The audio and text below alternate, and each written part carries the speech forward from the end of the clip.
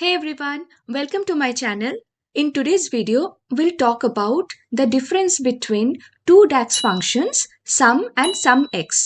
Although these two functions look similar, but the way they operate is significantly different. First, let's look at SUM function. So SUM is a very straightforward aggregation function where it just adds up all the values in a single column, and the syntax is SUM and the column name. On the other hand, SUMX is an iterator function, meaning it performs the calculation row by row first and then it adds up the result. So basically the key difference between SUM and SUMX is SUM performs on a single column and SUMX performs across rows. And the syntax of SUMX is SUMX, then the table, and then you specify the expression. Let me first explain the difference between SUM and SUMX with some easy examples. Here I am having for each product the number of quantities and discount per unit. So if you perform SUM function on quantity or discount per unit, you will basically perform it by this column. So SUM basically adds up all the values in the single column. It's a very straightforward function. Now let's look at SUMX function. So see here. So here also I'm having the same data, but I want to see for each product what is the total discount amount.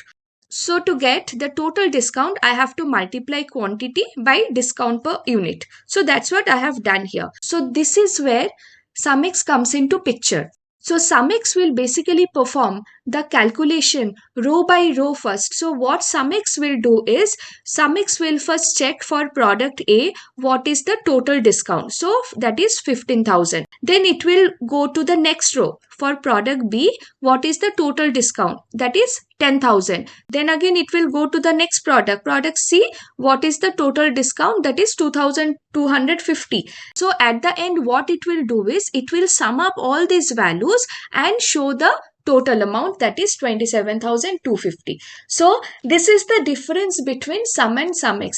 Now let's see some examples where we can use SUM and SUMX functions. Here I have created a table view where I'm showing like by category, subcategory, order ID, order date, what is the total units sold. Now I have already created this measure total units sold where I'm using SUM function and I'm using units sold field. That's it. So now if you see here, it will sum up all the values of the column total units sold. And you can see here the total value is 178312, and here also I am using the same field total units sold and this number of matching. Next we will see how SUMX function works.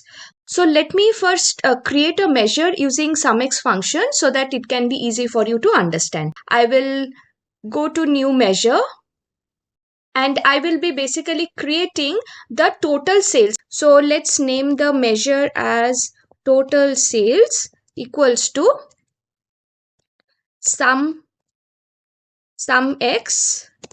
Then first I have to specify the table name, and here my table name is orders. So orders, comma, and then I have to specify the expression, and my expression is units sold multiplied by sale price. Hit OK. Now let's add this measure to this table view, total sales. And also let me quickly create a card view and I'll add the same measure over here.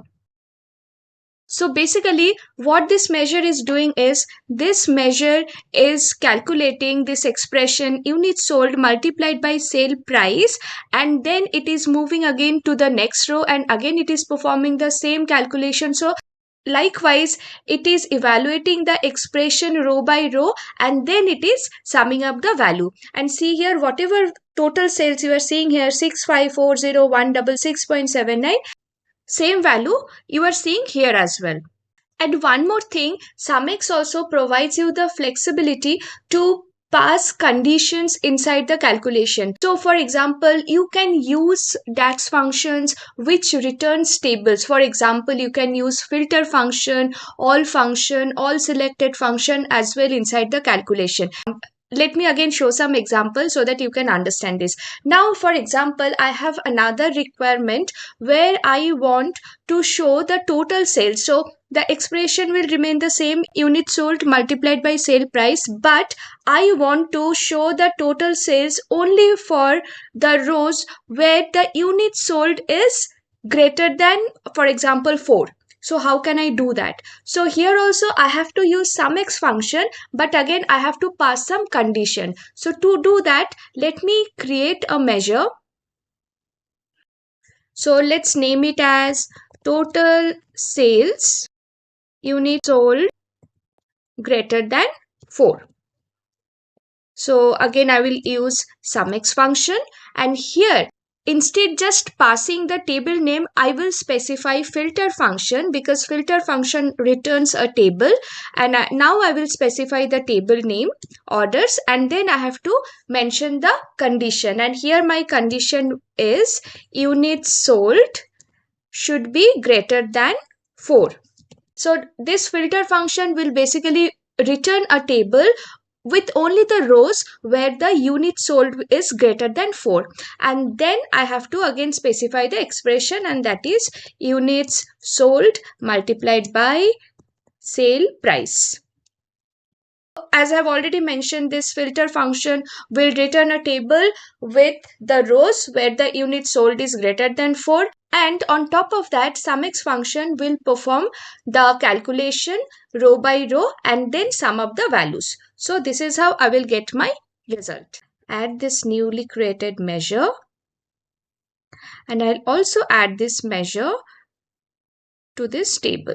So see here, as I have specified the condition where units sold is greater than 4, it will only provide the result for those rows where the unit sold is greater than 4.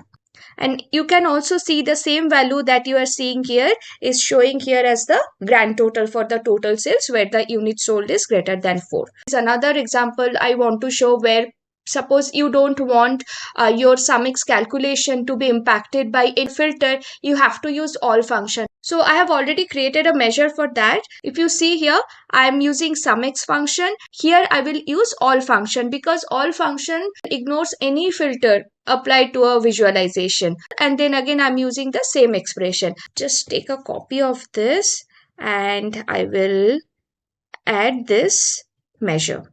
So see here, since now there is no filter applied, so it is just showing the total values, which is again matching with this total sales. But now let me add some filter. So I will select category equals to furniture. So now see here total sales is changing. Here as well it is changing. But here, since I have used all function, this is not changing. So whatever filter conditions you apply, this one will not be impacted because I have used all function over here. So even though I'm passing filters, this is not being impacted. I hope now you are able to understand the difference between SUM and SUMX, how differently they operate, and how SUM only performs at column level and how SUMX performs at row level. So that's all for today's video. I hope you have liked the video. Thanks a lot for watching. Do subscribe to my channel. Bye bye.